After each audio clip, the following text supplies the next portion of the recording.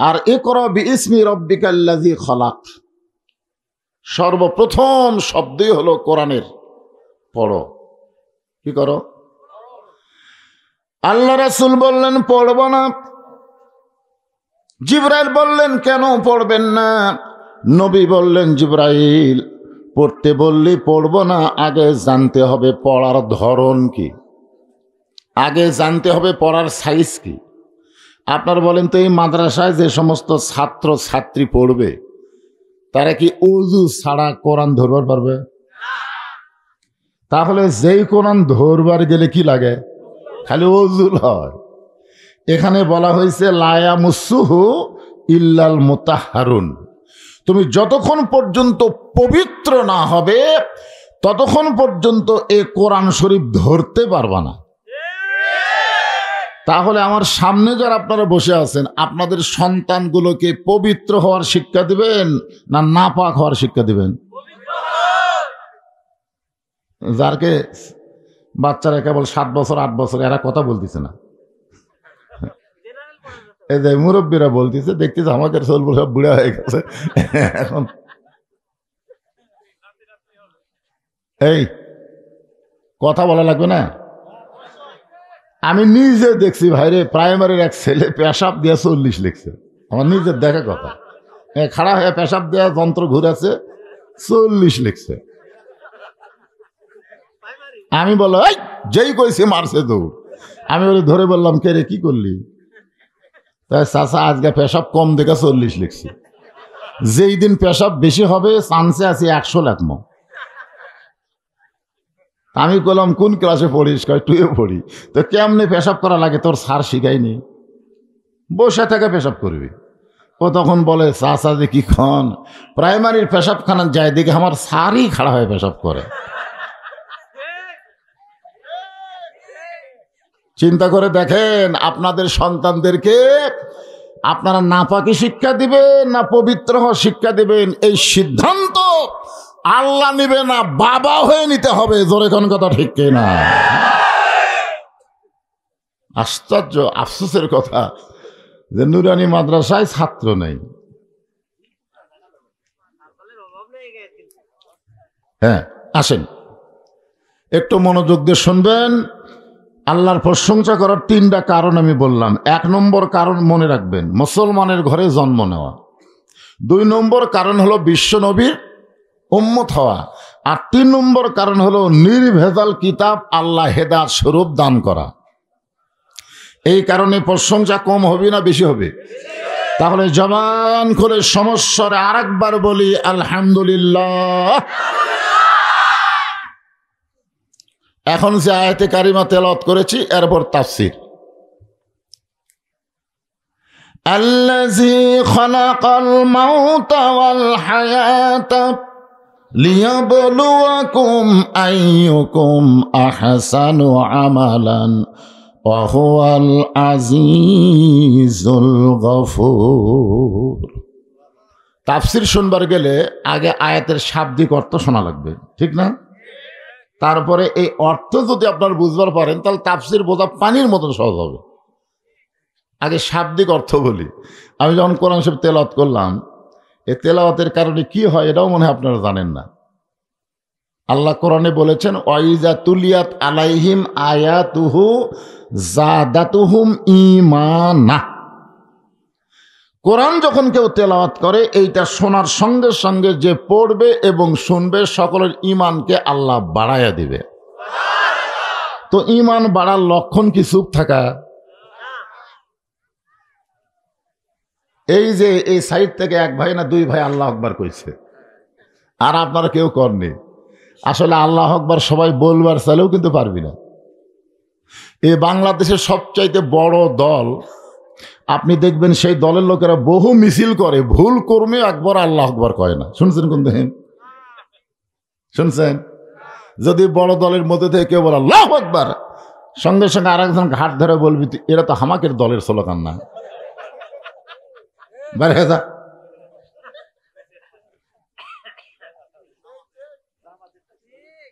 না না না, বড় দলের কথা বলতেছে। আল্লাহু আকবার শুনছেন জীবনে? কারণ তিনটা তসবিতে আল্লাহ খুবই খুশি হয়। একটা হলো সুবহানাল্লাহ, একটা আলহামদুলিল্লাহ, আর একটা আল্লাহু আকবার। কিন্তু দুইটা তসবিতে শয়তান বেজার হয় না। আপনি সারা জীবন যদি বলেন সুবহানাল্লাহ আলহামদুলিল্লাহ সুবহানাল্লাহ আলহামদুলিল্লাহ, শয়তান আপনার কাছেই বসে থাকবে।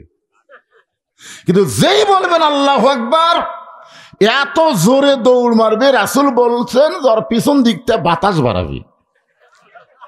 এই আল্লাহু আকবার কিন্তু সবার জবানে উচ্চারণ হবে না। যাদের মধ্যে শয়তান লুকে আছে তারা আল্লাহু আকবার কেমনি কবি? আমি বুঝবার পারলাম আপনারা আল্লাহু আকবার দলের লোক খুব কম। বোঝা গেল তো আল্লাহু আকবার নাই যে। লিল্লাহি তাকবীর। লোকজন কম হোক কিন্তু পাওয়ার ঠিক আছে। আলহামদুলিল্লাহ। খাড়া হয়ে কইছে কেমন কম দেখেন তো হুজুর। মাশাআল্লাহ। আল্লাহ ওই যুবককে ইসলামের সৈনিক হিসাবে কবুল করো, জোরে করো আমিন। দাঁড়ায় গেছে, বুঝতেছেন না? একটু মনোযোগ দিয়ে শুনবেন। শাব্দিক অর্থ হলো যিনি মৃত্যু এবং জীবনকে সৃষ্টি করেছেন তিনার নাম কি? আল্লাযী খালাকাল মাউতা ওয়াল হায়াতা। মিশে মায়ায় বন্দি থাইকা করলাম কত খেলা, পশ্চিমে তাকিয়া দেখো তোমার ডুইবা গেছে বেলা, এক পলকের নাই ভরসা, মিশে সকল আশা, কখন বুঝি দারুণ ঝড়ে ভাঙবে তোমার বাসা। লিয়াবলুয়াকুম, আল্লাহ বলতেছেন তোমাদের পরীক্ষা করা হবে। কিসের পরীক্ষা? আইয়ুকুম আহসানু আমালা, সুন্দর আমলের পরীক্ষা হবে। এখন যুবক যারা আছো তাদের কাছে আমি জানতে চাই, বর্তমানে বাংলাদেশের যে পরিবেশ চলতেছে, এই পরিবেশে সুন্দর আমল করা যাচ্ছে? ছোট্ট একটা বাচ্চা পর্যন্ত দোয়া দরুদ দিয়ে কান্না থামে না। একটা ছোট বাচ্চা সবসময় খালি কান্দে, দেখছেন? আমি বলার আগে একজন বলে দিয়েছে মোবাইল দিয়ে থামে। প্রত্যেকটা যুবকের হাতে একটা করে মোবাইল আছে। এটি একটা পাগড়িওয়ালা, দেখ নয় যে পাগড়িওয়ালা নাকি, পাগড়িওয়ালা ওই পর্যন্ত উঠে ভিডিও করলো। ধরে কোন কথা ঠিক কিনা? আপনারা বলেন, যেই সময় প্রত্যেকটা যুবক, প্রত্যেকটা কিশোর, প্রত্যেকটা বাচ্চার হাতে একটা করে 4G মোবাইল থাকে, ওই সময়ে স্বয়ং জিবরাইল এসেও যদি ওয়াজ করে। হ্যাঁ, আসলেই তাই। এদেরকে ভালো করবার গেলে একটা মাত্র ওষুধ আছে। আমি সেই ওষুধের উপরে আজকে ওয়াজ করবো। সে ওষুধের দরকার আছে না নাই? সে ওষুধটা কি? আগে ওষুধের নাম শোনেন। আল্লাহ কোরআনে বললেন, অনুনাজ্জিলু মিনাল কুরআনি মা হুয়া শিফাউ ওয়া রাহমাতুল লিল মুমিনিন। মুমিনদের যাবতীয় রোগের ঔষধ হিসাবে, শিফা হিসাবে আল্লাহ তাআলা এই কোরআনকে নাজিল করেছে। তাহলে 564টা মসজিদ প্রধানমন্ত্রী বানিয়ে দিল দেখার জন্যে? আপনার বলেন তো, দেখার জন্যে? রাস্তা যায় কি সুন্দর মসজিদ রে। আমার এলাকার কিছু ছেলে মাইক্রো ভাড়া করে 201 গম্বুজ মসজিদ দেখবার গেছিল। এটা টাঙ্গাইল, গোপালপুর। হ্যাঁ, আপনার গেছিলেন তো? আমার কাছে বলতে যে হুজুর সেই রকম মসজিদ, হুজুর ছাদের উপর চড়ে গম্বুজ গুনিছি, 201টাই হয়। তা আমি কইলাম কখন গেছিলিস? জোহরের আগে। আসলি কখন? আসরের সময়, নামাজ। আর কথা কয় না।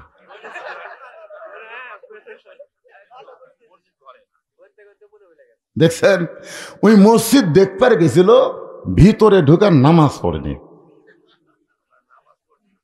বর্তমান প্রধানমন্ত্রী যদি 500 না 5 লক্ষ মসজিদ বানায় দেয়, এতে ইসলামের এক ফোঁটা লাভ হবে না যতক্ষণ পর্যন্ত কোরআন দিয়ে নামাজের আইন চালু না করবে। জোরে কোন কথা ঠিক না? আজকে আমাদের যুবকগুলোকে কিছুই করা লাগবে না, খালি 5 ওয়াক্ত নামাজ পড়ান। আল্লাহ কোরআনে বলেছেন, ইন্নাস সালাতা তানহা আনিল ফাহশাই ওয়াল মুনকার, পারে মানুষকে যাবতীয় খারাপি থেকে বাঁচায় দিতে। বাপ মা ঘুমাইছে নাকি? বাপ মা ঘুমাইছে, জানলা দরজা বন্ধ করে বলতেছে এখন আর কেউ নাই রে, এই সময় কম্বলের মধ্যে মোবাইল চালু করছে। আপনারা বলেন তো, ওই ছেলেটা যদি 5 ওয়াক্ত নামাজ পড়ে, ওই মোবাইল চালু করলেও কোনোদিন অশ্লীল ভিডিও দেখতে পারবে না, আর ইমান বলবে সবাই ঘুমাইলো আল্লাহ ঘুমায়নি। জোরে কান কথা ঠিক কি না? কেউ না দেখলেও আল্লাহ দেখতেছে রে পাগলা। তুই সমানে সিল মারতেছিস, তাহলে আনিস বাইরে আসা কয় কেউ দেখেনি, 2 কান্দ 2 ফেরেশতাকে আল্লাহ এই শয়তানের কান্দ থাকবো না, কি কয় কেউ দেখেনি তো আমরা কি করছি? তোমার 2 কান্দে 2 মোহরি লিখিতেছেন ডায়েরি, দলিল দেখে রাই দিবে, টাকা পয়সার নাই কারবার। কেরামান পড়েন, যারা কোরআন শরীফ পারেন তারা পড়েন, আর না পারলে চুপ করে শোনেন। কারণ ওইজা কুরিয়াল কোরআনু ফানসিতুল্লাহু আনসিতুল আল্লাকুম তুরহামুন, এই জন্য চুপ করে শুনবেন। যদি পারেন তাহলে পড়েন। কেরামান কাতিবিনা ইয়ালামুনা মা তাফআলুন।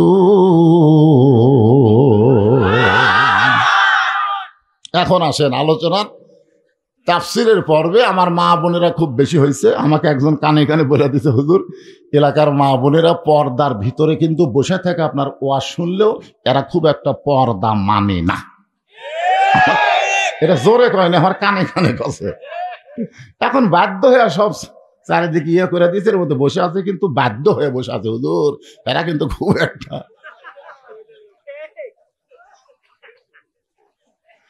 তাহলে সুন্দর আমল যদি আমরা করতে চাই, আল্লাহ বলেন তো পরীক্ষার সাবজেক্টের নাম কি?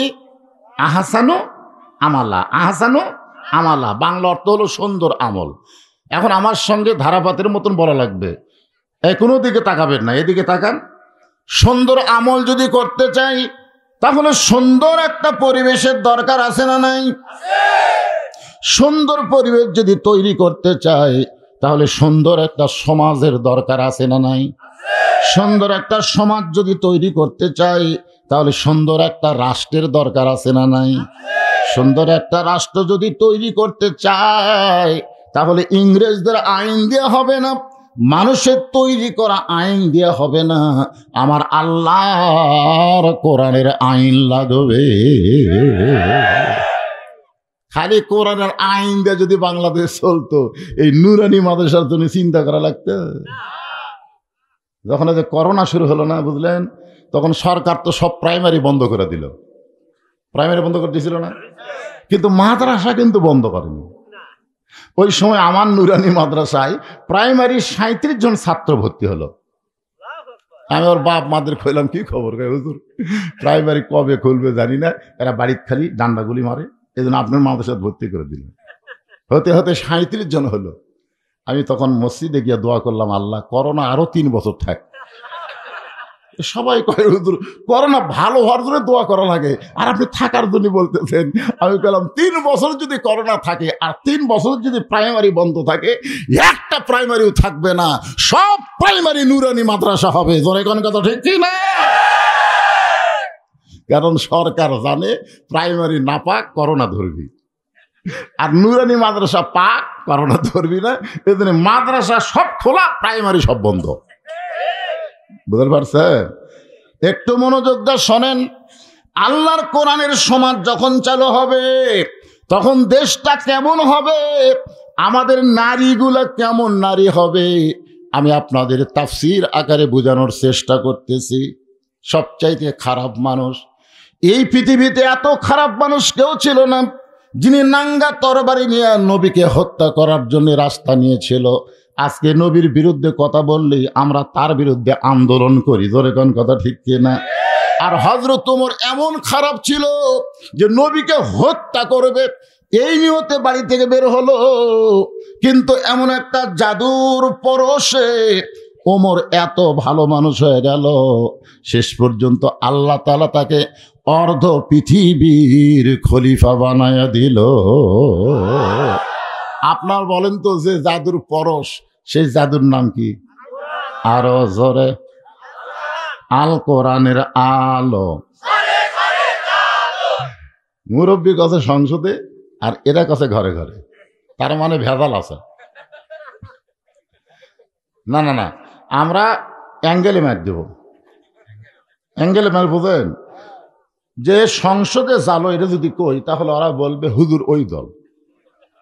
আর ঘরে ঘরে জালো, এটা আল্লাহ পছন্দ করে না। এই জন্য অ্যাঙ্গেলে মার হচ্ছে সব জায়গায় জালো। ধরে কোন জায়গা, কোন জায়গা যেন বাদ না থাকে। সব জায়গার মধ্যে সংসদ আছে না নাই? আছে। দরকার আছে না নাই? আল কোরআনের আলো, কোরআন হাদিস যেখানে, দুনিয়ার মুসলমান লিল্লাহে তাকবীর। এ ভাই রে, যারা এখনো বাহিরে আছেন তাড়াতাড়ি আসেন। আসলে সিস্টেম লস আছে। সিস্টেম লস বোঝেন? মাত্র 3 দিন আগে, কয়দিন আগে এই মাহফিল ফাঁসে। একবার বিজ্ঞাপন ছাপাছে, তার উপর লোকমা পড়ছে, আবার সেটা বাদ দিয়ে এটা ছাপাছে, সেটা জনগণের কাছে যায়নি।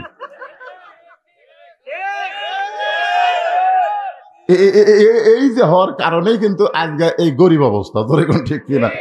তারপরে আস্তে আস্তে যে হারে বাড়তিছে, মনে হয় আলহামদুলিল্লাহ হবে। আচ্ছা, যা হবার হয়ে গেছে, তকবীর তো ঠিক মতো দেওয়া লাগবে নাকি? কোন আলহামদুলিল্লাহ, আলহামদুলিল্লাহ। নাই নাই, শয়তান এলাকা থাকে।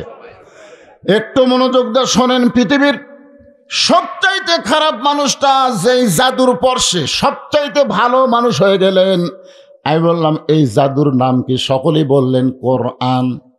তাহলে কোরআনের মধ্যে জাদু আছে না নাই? এজন্য আছে না নাই? একটু মনোযোগ দিয়ে শুনবেন।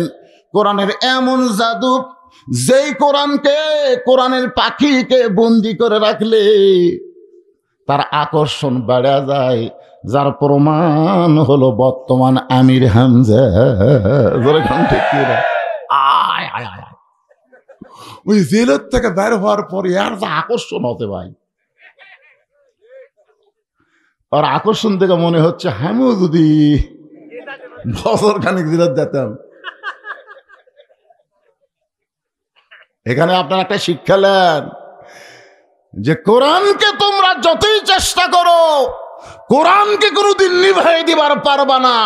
ভালো মানুষকে জেলে বন্দি রাখলে আল্লাহ তার আকর্ষণ দিন দিন বাড়ায় দেয়। জোরে কোন কথা ঠিক না? আপনারা কোন এই কোরআনের জাদু আছে না নাই? সেই খারাপ মানুষটা পৃথিবীর শ্রেষ্ঠ ভালো মানুষ হয়ে গেলেন। একসময় আল্লাহ তাকে অর্ধ পৃথিবীর খলিফা বানাইলেন। ইসলামের ইতিহাসের মাপ দিয়ে আমি দেখেছি, হয়তো ওমর যে যতটুকু এলাকার খলিফা ছিলেন, সে এলাকায় একত্র করলে বাংলাদেশের মতন ৯৬টা দেশ। জোরে কন কয় দেশ? বাংলাদেশের মতো। এই যুবক একটু ভালো বসতো, হাঁটু ধরে বসায় একটা রুগীর লক্ষণ। বাংলাদেশের মতন ৯৬টা দেশের খলিফার মাথায় টুপি। জোরে কন মাথায় কি? মুকুট হলো দাড়ি, পরনে হলো জুব্বা। অনেকে বলে টুপিওয়ালা, দাড়িওয়ালা, জুব্বাওয়ালার আবার রাজনীতি করবে। এরকে জুব্বা সামলানি কঠিন। আপনারা বলেন তো, উমর ফারুক যখন অর্ধপৃথিবীর খলিফা হয়েছিল, তখন কি টুপি খুলে ফেলে দিছিল? দাড়ি কি সাজি ছিল নাকি? কি ভাই, কি করবেন? কি এক বিপদ রে বারে, এই কাকু আজ করে দিবে রে। এইগুলো যদি এখন বলবার চাই, তো ফজর পর্যন্ত লোক না থাকলে মাইক চালু থাকবে। জোরে কোন কথা ঠিক না?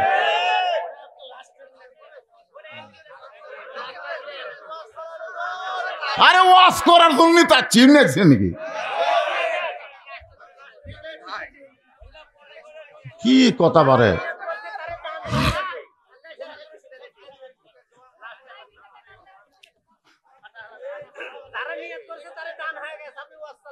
হ্যাঁ, ওয়াজ চলবে মানে আপনার ভাইজান সারা রাত না, অসুস্থ মানুষ সারা রাত না কি ভাই কি চিন্তা করেন না, আপনার মাদ্রাসার যা ওয়াজ করা লাগে বুঝলেন, কাল থেকে দেখবেন ছাত্র জাগাতে পারবে না, কিন্তু জায়গা ঠিক করে।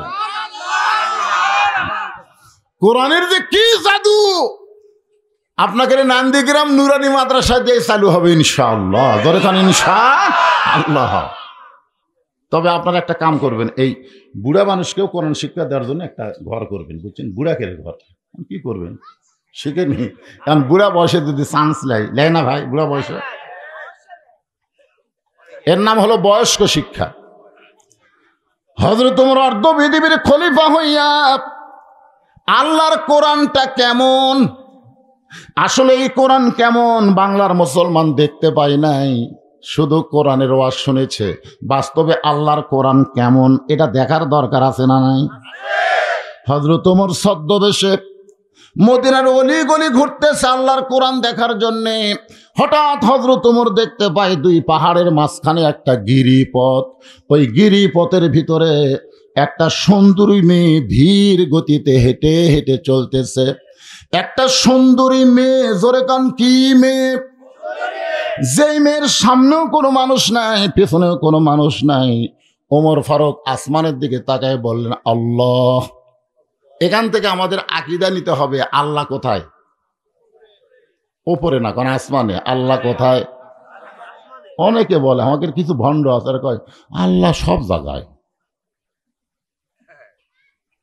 আল্লাহ যদি সব জায়গায় হয় তাহলে আল্লাহ নবীকে মেরাজে আসমানে নিয়ে যেতেন না। জোরে কোন কথা, ঠিক কথা কন না কেন? হ্যাঁ, মানিস তাওয়া আলাল আরশ। ওমর ফারুক আসমানের দিকে তাকায় বলেন আল্লাহ, তোমার দুনিয়ায় এত সুন্দরী একটা মেয়ে, যে মেয়েকে দেখলে কলিজা ঠান্ডা হয়ে যায়। এখন আপনারা বলেন তো, ওমর ফারুক যে মেয়েটাকে সুন্দরী বলতেছে, এই মেয়েটার চেহারা দেখে কিন্তু সুন্দরী বলতেছে না। মেয়েটার আপাত মস্তক আল্লাহর আইন পর্দা। মেয়েটা যদি দেখতে কালো হয়, খাটো হয়, এরপরও আল্লাহর আইন পর্দা যদি মেনে চলে, আল্লাহর কোরআন তাদেরকে সুন্দরী মেয়ে বলে। এই যুবকেরা, গলা খাকারে একটা স্লোগান দেওয়া লাগবে। আমি যেই বলবো পর্দানিশী নারী যারা, তোমরা বলবা বিশ্ব সুন্দরী তারা। বলতে পারবা না? পর্দানিশী নারী যারা, আর যে বলবো বেপর্দা নারী যারা, বিশ্ব হারামি না, বলবা বিশ্ব বেহায়া তারা। বেপর্দা নারী যারা, যেমন বাংলাদেশের পরিমণি লুঙ্গি পরা ড্যান্স মারে। জোরে কান কি পরা ড্যান্স মারে? আপনারা বলেন তো, পরিমণির কোনো সম্মান আছে? কোনো লজ্জা নাই। যার কারণে বেপর্দা নারী যারা, বিশ্ব বেহায়া তারা। ওমর ফারুক মেয়েটার দিকে তাকায়া আল্লাহর শুকর আদায় করলেন। আস্তে আস্তে মেয়েটার নিকটে গিয়ে সালাম দিয়ে বললেন, মা, এ নির্জনের পথে তুমি একা একা চলতেছ, তোমার সামনেও কোনো মানুষ নাই, পিছনেও কোনো মানুষ নাই, তোমার অন্তরে কি কোনো ভয় ডর লাগতেছে না? মেয়েটা হেজাবের ভিতর থেকে বলে, পথিক, তুমি কি হযরত ওমরকে চিনো? সুবহানাল্লাহ খান। মেয়েটা কাকে বলতেছে? ওমরকে বলে, পথিক, তুমি কি হযরত ওমরকে চেনো? ওমর যেদিন থেকে আল্লাহর কোরআন দিয়ে রাষ্ট্র চালায়, সেদিন থেকে পৃথিবীর এক প্রান্ত থেকে আর একটা প্রান্তে একটা মহিলা চলবে, তার অন্তরে আল্লাহ ছাড়া আর কারো ভয় থাকবে না। সেদিন ষোড়শী নির্জন পথে যাবে, কোনো জন কটু কথা কবে না। পথে আর প্রান্তরে সম্পদের মোহে পড়ে খুন আর রাহাজানি হবে না। সবাই বলেন, যদি মেনে চলি কোরআন। বলেন, যদি মেনে চলি কোরআন আর রাসূলের বিধান, সকলেই শান্তিতে থাকবে। বাংলার আকাশে কলেমার পতাকা যেদিন দুলবে। মেয়েটা বলে, পথিক, তুমি কি হযরত ওমরকে চেনো না? যদি হযরত ওমরকে চিনতা তাহলে এরকম বেসাইজা কথা বলতা না। আল্লাহর কোরআন দিয়ে যখন রাষ্ট্র চলে তখন পৃথিবীর এক প্রান্ত থেকে আর এক প্রান্তে একটা মেয়ে যাবে, ওই মেয়েটার কলিজায় কেবলমাত্র ভয় থাকবে কার? আর বর্তমানে যদি আপনারা এই দুর্গাপুর মডেল মসজিদে জোহরের নামাজ পড়বার যান, আর যদি 2000 টাকার জুতা আপনার পাঁও থাকে, আপনি বলেন তো মসজিদের দরজায় জুতা রাখবেন না হাতত নেবেন? কার হয়? জোরে কন, কার হয়? আসলে চোর কি খুব বেশি? মাত্র গোটা 2 চোর মসজিদের চারিধার ঘরে আর কয় হামাকের ভয়ে সব ভালো জুতা ভিতরে ঢুকছে, আমাদের ভয়ে। মানুষের তৈরি আইন দিয়ে যখন রাষ্ট্র চলবে তখন চোর ডাকাতের মশান বানিয়ে দেবে। জোরে কোন কথা ঠিক কি না? আমাকের ভয়ে দরজার তালা দিছে, আমাকের ভয়ে। আর আল্লাহর আইন দিয়ে যখন রাষ্ট্র চলবে তখন গোটা পৃথিবী অনুবীক্ষণ যন্ত্র দিয়ে খুঁজলেও চোর দেখা যাবে না। জোরে কোন কথা ঠিক কি না? একটু মনোযোগ দিয়ে শুনবেন। ওমর ফারুক বললেন, মা তুমি যে ধীর গতিতে চলতেছ, আমার মনে হয় তোমার ভিতরে কোনো দুঃখ লুকে আছে, কারণ তুমি খুব ধীরে ধীরে হাঁটতেছ। এ হাঁটা দেখে মনে হয় তোমার ভিতরে দুঃখ লুকে আছে। মেয়েটা বলে, প্রতিক্রে আমি আসলে একজন দুঃখী নারী। আজকে 6 দিন হলে হযরত ওমরকে আমি খুঁজে বেড়াই। যদি ওমরকে পাই তাহলে আমার দুঃখের কথা একটু বলবার চাই। ওমর ফারুক একটু মস্করি করে বললেন, মা ওমর হলো অর্ধ পৃথিবীর খলিফা, সেই ওমরকে তুমি 2 পাহাড়ের মাঝখানে খুঁজতেছো। ওমরকে যদি পাওয়ার চাও তাহলে সংসদ ভবনে যাও, গণভবনে যাও, বঙ্গভবনে যাও। এগুলো ভবনে না গিয়া 2 পাহাড়ের মাঝখানে তুমি ওমরকে খুঁজতেছো। ওমর কি গরু ছাগল নাকি? মেয়েটা বলে, পথিক রে তুমি জানো না আল্লাহর কোরআন দিয়ে যখন রাষ্ট্র চলবে তখন নেতা খোঁজা লাগবে না, বরং নেতারাই দুঃখী মানুষকে খুঁজে বেড়াবে। এই কোরআন দিয়ে যখন রাষ্ট্র চলবে তখন এমপি খোঁজা লাগবে না, এমপিরাই আপনাকে খুঁজবে। জোরে কোন কথা ঠিক কিনা? যেমন ভোটের আগে উপজেলা চেয়ারম্যান দাঁড়াবি খুঁজ বেড়াচ্ছে, আমাদের বাংলাদেশে ভোটের আগে নেতাকে রেজা চরিত্র হয় ভাই। আমার এলাকার এক নেতা ড্রাইভারকে বলছে ব্রেক কর, তো ড্রাইভার বলতেছে, নেতা সাহেব কেউ তো নাই, ব্রেক খেন, দেখো ফ্রাস না কি আসতেছে। ওটা না ফকির। এই পাগলা, ভোটের আগে ফকির কিরে, থামা। নেতা গাড়ির থেকে নেওয়া, তাও ফেরানো গাড়ি, গাড়ির থেকে নেওয়া, সালাম দেয়, আসসালামু আলাইকুম চাচা কেমন আছেন? ফকির খালি চারিদিকে থাকে। নেতা কয়, চাচা কি খোঁজেন? ফকির বলে, তুমি কাক সালাম দিলে? বলে, আপনাকেই দিলাম, কারণ ভিক্ষা করে খাই, তাই ভোটের আগে আপনিও যাহামু তাই। বাংলাদেশের নেতাগুলো ভোটের আগে ভালো হয়, আর আল্লাহর কোরআন দিয়ে যখন রাষ্ট্র চলবে দুঃখী মানুষ কোনদিন নেতা খোঁজা লাগবে না, নেতারাই দুঃখী মানুষকে খুঁজে বেড়াবে। আল্লাহর কোরআন দিয়ে যখন রাষ্ট্র চলবে তখন কোনো গরিব মানুষ ধনী বাড়ির দরজায় যাওয়া লাগবে না, বরং ধনীরাই গরিবের দরজায় দরজায় ঘুরবে। কারণ ধনীদের উপর আল্লাহর আইন হলো 2.5 টাকা গরিবক না দিলে তুই জাহান্নামে যাবি। কয় টাকা? এখন ওরা আছে 10 লাখ টাকা, কারো আছে 10 কোটি টাকা, একজনের 100 কোটি টাকা। এক ব্যাগ টাকা লিয়া জাকাতের গরিবের দরজার দরজার ঘুরতে থেকে, ভাই রে ভাই ভাই, গরিব কয় মাফ কর, মাফ কর। কি বিপদে পড়লাম রে। ধনী না হয়ে যদি গরিব হতাম তাহলেই ভালো হতো রে। 7 দিন ভরে ওই 1 ব্যাগ টাকা লাগে ঘুরছে, একটা গরিবও দরজা খুলবে। মনের দুঃখে যাচ্ছে মরুভূমি। দেখি তো কোনো গরিব পাই কিনা, যাতে গাছের ছায় একজন বস্তা মাথার দিয়ে ঘুম পাড়তেছে। ওই গরিব মনে করে সালাম দিয়ে, আসসালামু আলাইকুম, ওই লাভ 2 টাকা আলহামদুলিল্লাহ। এই পাগলা, তোকে সালাম দিলাম, ও আলাইকুম আসসালাম না বলে আলহামদুলিল্লাহ কি রে? 1 বস্তা টাকা 15 দিন হলে ঘুরতেছি, গরিব নাই। তো গরিব মনে করে আল্লাহর শুকর আদায় করছি, আমি ঘুরি 7 দিন, তুই ঘুরিস 15 দিন, তাহলে গরিব গেল কোথায়? আল্লাহর পক্ষ থেকে বলা হচ্ছে, রে দুনিয়ার মুসলমান, সুদ ভিত্তিক অর্থনীতিকে দাফন করে দিয়া যাকাত ভিত্তিক অর্থনীতি যখন চালু হয়ে যাবে, ওই দেশের জন্য আল্লাহ তাআলা গজবের দরজা বন্ধ করে দিবে।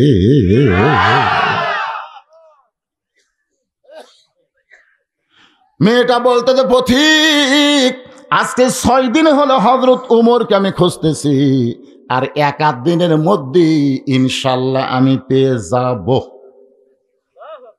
কয়দিন হলো খুঁজতেছি? আর 1-8 দিনের মধ্যে হযরত উমরকে আমি পেয়ে যাব ইনশাআল্লাহ। আপনারা বলেন তা মেয়েটা হযরত উমরকে পাইছে কি পায় নাই? ওমর ফারুক বললেন, মা আমি হইলাম সেই উমর। যেই বলছে আমি হইলাম সেই উমর, মেয়েটা তখন মুস্কি মুস্কি হাসি আর বলতেছে, আপনি যদি সেই উমর হন তাহলে চোরের মতন একা একা ঘুরতেছেন, আপনার কি চামচা নাই? জোরে কোন কি নাই?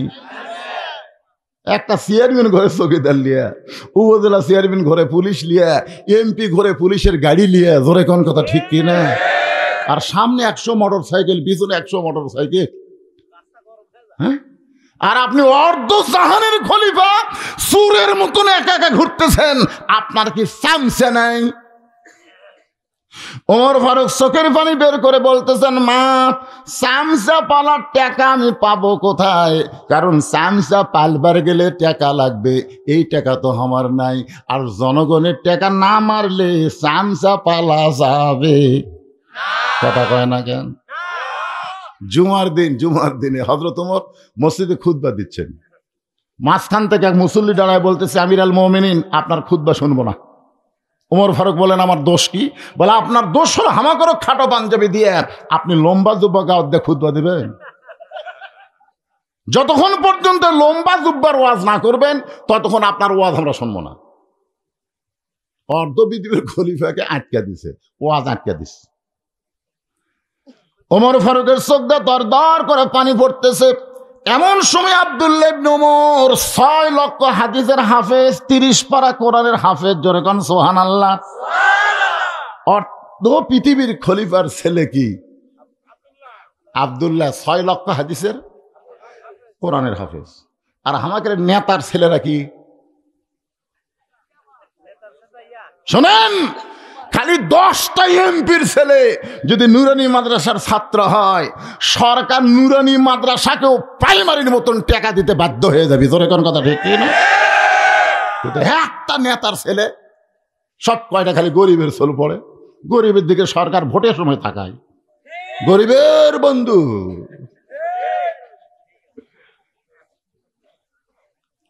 আল্লাহর বান্দার একটু মনোযোগ দিয়ে শুনবেন।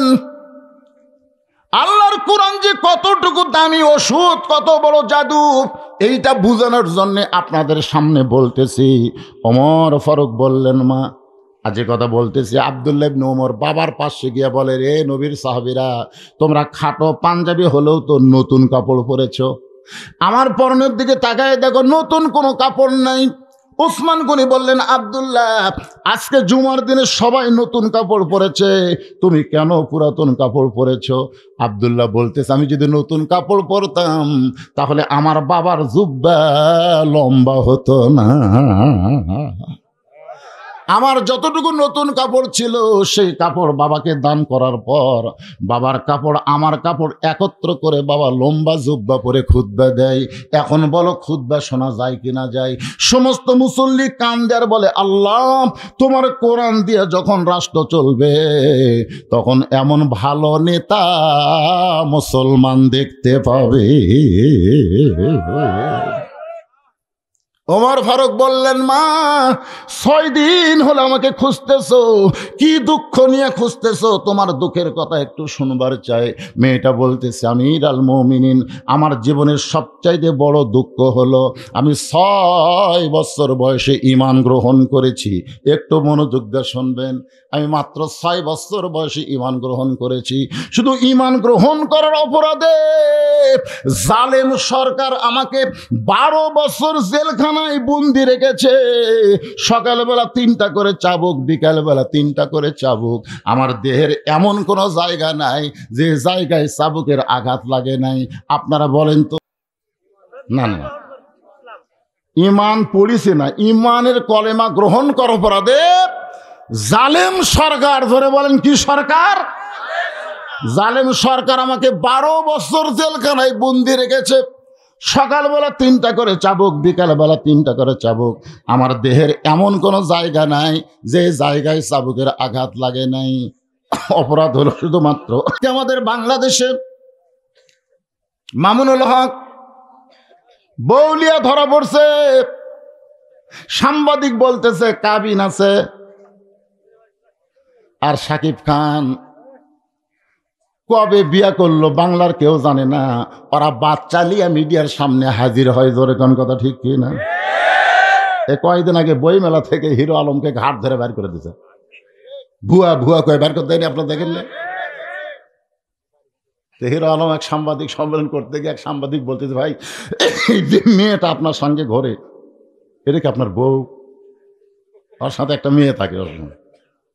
উই যা খেপে, ভাই আমার ব্যক্তিগত প্রশ্ন করো কেন? হিরো আলমের মতন একজন লুচ্চা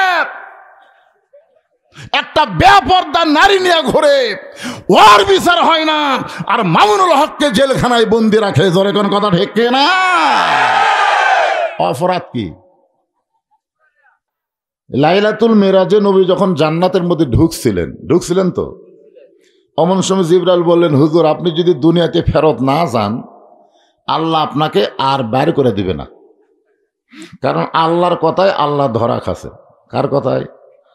আল্লাহর কথায় আল্লাহ ধরা খাওয়া। বলেন আল্লাহ বলেছেন ফাদখুলুহা খালিদিন, কেউ যদি একবার জান্নাতে প্রবেশ করে সে চিরস্থায়ীভাবে জান্নাতে থাকবে। যদি আপনি বার না হন, আপনাকে আর বার করে দিবে না। খামাখা দুনিয়াতে যায় লাভ কি? যে দুনিয়াতে খালি আপনার কষ্ট আর কষ্ট। সঙ্গে সঙ্গে আল্লাহর নবী বললেন, জিবরাইল যেই কথাই একবার বলেছ ওই কথার দ্বিতীয়বার বলবা না। আল্লাহ যদি আমাকে বলতো জান্নাতে থাকার জন্য ঢোকেন, আমি জান্নাতে ঢুকতামই না। আমি নবী শুধু জান্নাত দেখার জন্য ঢুকছি, যে আল্লাহ আমার উম্মতের জন্য কেমন জান্নাত বানাইছে, শুধু এই জান্নাত দেখার জন্য ঢুকছি। আমি সেই দিন জান্নাতে থাকার জন্য ঢুকবো যেদিন আমার সমস্ত উম্মতেরা জান্নাতি হবে। একটা গানও আছে, শুনছেন আপনারা? আছেন আমার মুক্তার, আছেন আমার ব্যারিস্টার, শেষ বিচারের হাইকোর্টেতে তিনি আমায় করবেন পার। আমি পাপী রাসূল জাবিন্দার। আল্লাহর সামনে যখন আমরা পাপী হয়ে দাঁড়াবো, ওই সময় আল্লাহ রাসূল আমাদের জন্য ওকালতি করে, ব্যারিস্টারি করে আমাদেরকে জাবিন করে জান্নাতে পৌঁছায় দিবে। কয় নম্বর গেল? 2 নম্বর। আর 3 নম্বর হলো ইকরা বিইসমি রব্বিকাল্লাযী খলাক। আপনারা যে কোরআনের তাফসীর শুনতে এসেছেন, এমন একটা কিতাব যে কিতাবের মধ্যে কোনো ভেজাল নাই। সবাই বলতেছেন না, যারা বলতেছেন না তারা কিন্তু বিপদে পড়বেন। আপনার বলেন তো কি বিপদ? আমাদের প্রত্যেকটা মানুষের 2 কাঁধে 2টা ফেরেশতা আছে না নাই? আমি যখন বললাম এই কোরআনে কোনো সন্দেহ নাই, যারা বলতেছেন না তখন বাম কাঁধের ফেরেশতাকে আল্লাহ কি লিখবো? এই যে কথা হয় না। যারা কথা বলেছে ডান কাঁধের ফেরেশতার সঙ্গে সঙ্গে জান্নাতে লিখে ফেলে দিছে। জোরে কোন সুবহানাল্লাহ। আর যারা কথা বলেনি, মুখ বন্ধ করে আছে, আল্লাহ বলতেছে ও কথা না বললে কি হবে, লেখ। তো বাম কাঁধের ফেরেশতাকে আল্লাহ কি লিখবো? এ তো কথাই কয় না। আল্লাহ বলতেছে আমি বলতেছি লেখ, ও হলো বোবা শয়তান। জোরে বলেন কি শয়তান? তা আমরা কি বোবা শয়তান হতে চাই?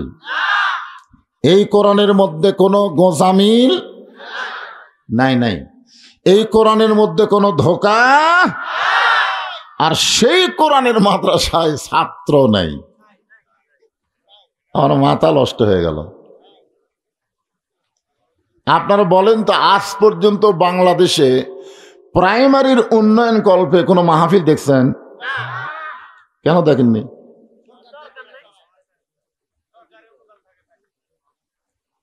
ও, তার মানে বোঝা গেল সরকার খালি প্রাইমারির দিকে তাকাবে।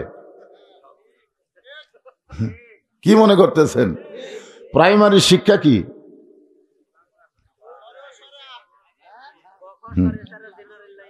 প্রাইমারি শিক্ষা হলো আগডম বাগডম ঘোড়াডম সাজে, ঢাক ঢোলক ঝাঁঝর বাজে, বাজতে বাজতে চলল ঢুলি, ঢুলি গেল কমলা ফুলি, কমলা ফুলির টিয়াটা সূর্য মামার বিয়াটা। আপনার বলেন তো এর মধ্যে একটা কথা সত্যি আছে? আর এই মিথ্যা শিক্ষা দেওয়ার কারণে বর্তমান সরকার প্রাইমারির মাস্টারকে 50,000 টাকা বেতন দেয়। আলহামদুলিল্লাহ আলহামদুলিল্লাহ নাহমাদুহু ওয়া নাস্তাঈনুহু ওয়া নাস্তাগফিরুহু ওয়া নু'মিনু বিহি ওয়া নাতাওয়াক্কালু আলাইহি ওয়া নাউযু বিল্লাহি মিন শুরুরি আনফুসিনা ওয়া মিন সাইয়্যাতি আমালিনা। من يهدي الله فلا مضل له ومن يضلله فلا هادي له।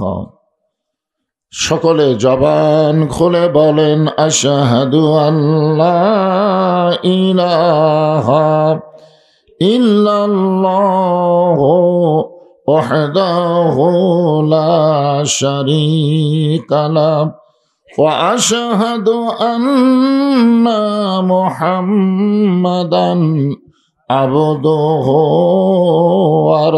ورسوله الذي أرسل رسوله بالحق بشيرا ونذيرا وداعيا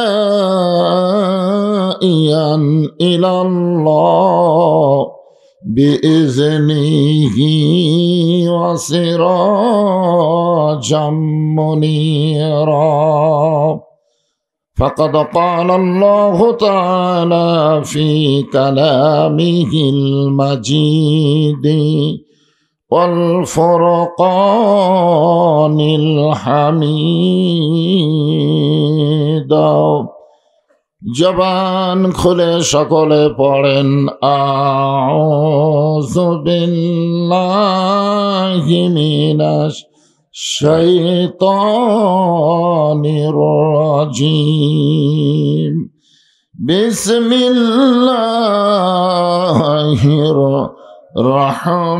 রহমানির রহিম। الذي خلق الموت والحياة ليبلوكم أيكم أحسن عملا وهو العزيز الغفور. إن الله وملائكته يصلون على النبي يا أيها الذين آمنوا صلوا عليه وسلموا تسليما. اللهم صل على محمد وعلى آل محمد كما صليت على إبراهيم وعلى آل إبراهيم إنك حميد مجيد. আল্লাহুম্মা বারিক আলা মুহাম্মাদিন ওয়া আলা আলি মুহাম্মাদ কামা বারাকতা আলা ইব্রাহিম ওয়া আলা আলি ইব্রাহিম ইন্নাকা হামিদুম মাজিদ। লা ইলাহা ইল্লাল্লাহ।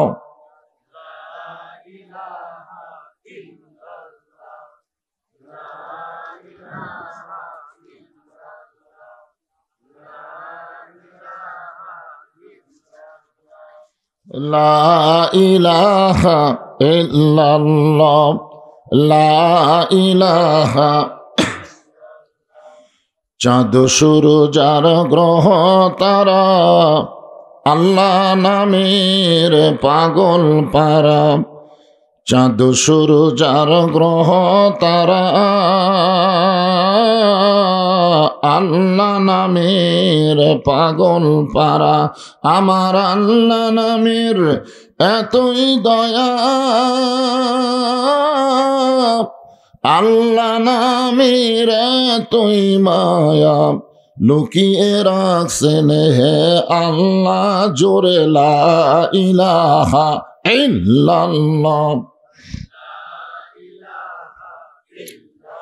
ইল্লাল্লাহু ইল্লাল্লাহ ইল্লাল্লাহু ইল্লাল্লাহ লা ইলাহা ইল্লাল্লাহ। লা ইলাহা লা ইলাহা ইল্লাল্লাহু মুহাম্মাদুর রাসূলুল্লাহ।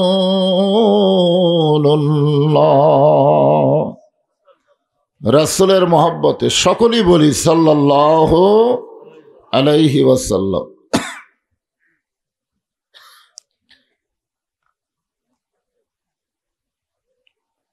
খালি চোখে তো দেখাও যায় না।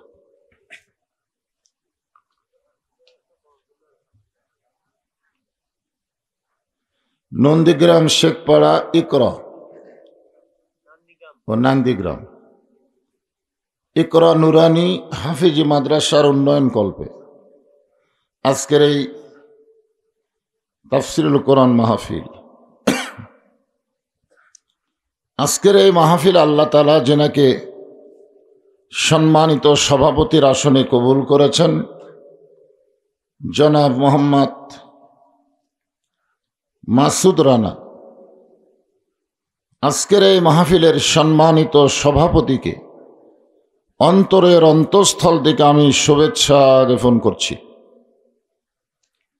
আজকের এই মাহফিলের সম্মানিত প্রধান অতিথি আপনাদের অত্যন্ত জনপ্রিয় নেতা, বর্তমান মাননীয় এমপি সাহেব জনাব আলহাজ মোহাম্মদ আব্দুল ওদুদ দারা সাহেব,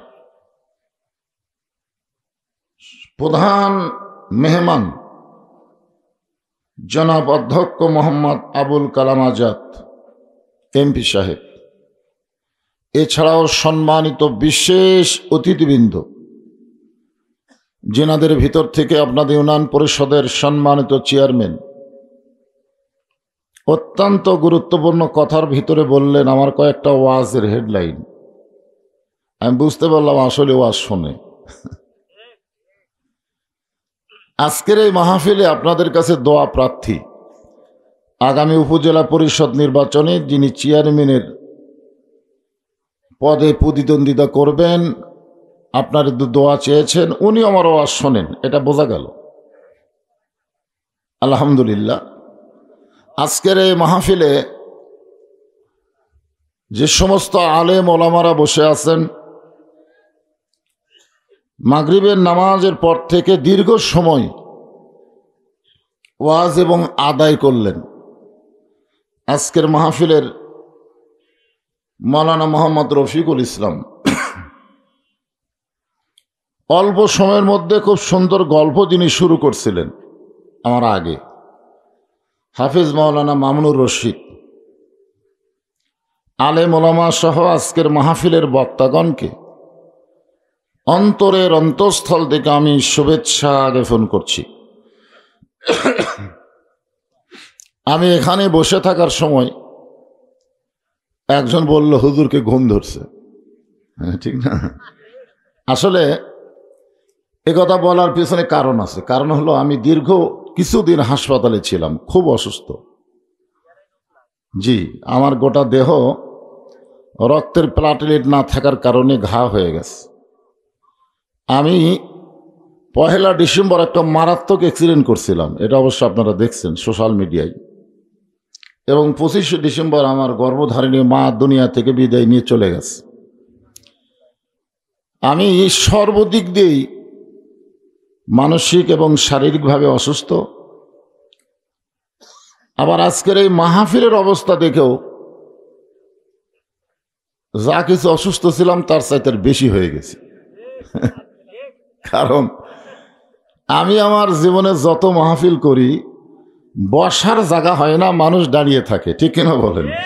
কিন্তু আজকে দেখতেছি বিশাল ফাঁকা জায়গা। তবে একটা জিনিস আমি খুব খুশি হলাম, যে আপনারা কম হলেও মা বোনেরা অনেক বেশি হয়েছে। আমি শুনলাম আর কি, আমি তো ওখানে গিয়ে দেখিনি। তো আল্লাহ তাআলা অত্র এলাকা থেকে জিনাদেরকে পছন্দ করে দয়া করে আজকের এই জান্নাতের বাগানি কবুল করেছেন। আমি আমার অন্তরের অন্তঃস্থল থেকে আপনাদের সবাইকে শুভেচ্ছা জ্ঞাপন করছি। সম্মানিত মা বোনেরা, পর্দার অন্তরালে বসে বসে যারা আলোচনা শুনতেছেন, তাদেরকেও শ্রদ্ধা জ্ঞাপন করছি। এই মুহূর্তে জানতে চাচ্ছি আপনারা সকলে কেমন আছেন? আলহামদুলিল্লাহ রব্বিল আলামিন। যে আল্লাহ শারীরিক সুস্থতা দান করে মানসিক প্রশান্তি লাভের জন্য কিছুটা সময়ের জন্য জান্নাতের বাগানে কবুল করেছেন, আমরা সে আল্লাহর উপর খুশি না বেজার? তাহলে জবান খুলে সমস্বরে সকলে বলবো, রব্বানা লাকাল হামদ হামদান কাসীরান তাইয়িবান মুবারাকান ফিহি। আমরা প্রশংসা করলাম কার? কেন করলাম? এমনি এমনি? বহু কারণ। আল্লাহর প্রশংসা করার কারণের কোনো অভাব, কিন্তু সমস্ত কারণের মধ্যে 3টা প্রধান কারণ আছে। 1 নম্বর কারণ হলো, আল্লাহ দয়া করে আমাদেরকে মুসলমানের ঘরে কবুল করেছেন। কোনোদিন আপনারা চিন্তাই করতে পারেন নাই যে আল্লাহ যদি মুসলমানের ঘরে কবুল না করে হিন্দুর ঘরে পাঠাতো, মনে করেন, তাহলে আপনাদের অবস্থা কেমন হতো? কিছুই হয় না। আপনারা বলেন তো, পৃথিবীতে যত ধর্ম আছে, এই ধর্মগুলোর ভিতরে আসল ধর্ম কোনটা? ধর্মের মালিক কে? সে আল্লাহ বলেছেন, আমার কথা না। আল্লাহ বলেছেন, অমাইয়াবতাগি গয়রাল ইসলামা দীনান ফালান ইউকবালা মিনহু। এই আয়াতের বাংলা অর্থ হলো, ইসলাম ছাড়া অন্য কোনো ধর্ম কেউ যদি গ্রহণ করে, আল্লাহ বলেছেন সেটা কখনোই কবুল করা হবে না। এ কথার দ্বারা আল্লাহ বুঝাইলেন, যতই ধর্ম থাক, মূলত ধর্ম কয়টা? একটা, তার নাম কি? আর সেই ইসলামের মধ্যে আল্লাহ আমাদের কবুল করেছেন। খুশি না বেজার? 2 নম্বর কারণ হলো, আল্লাহ শুধু মুসলমানের ঘরেই কবুল করে নাই, আমাদেরকে বিশ্ব নবীর উম্মত হওয়ার তৌফিক দান করেছেন। যেই নবী ঘোষণা করেছেন যে আমার সমস্ত উম্মতেরা যতক্ষণ জান্নাতে না যাবে, আমি নবী ততক্ষণ জান্নাতে যাব না। এই কথা শোনার পরে সুবহানাল্লাহ বলতেছেন না?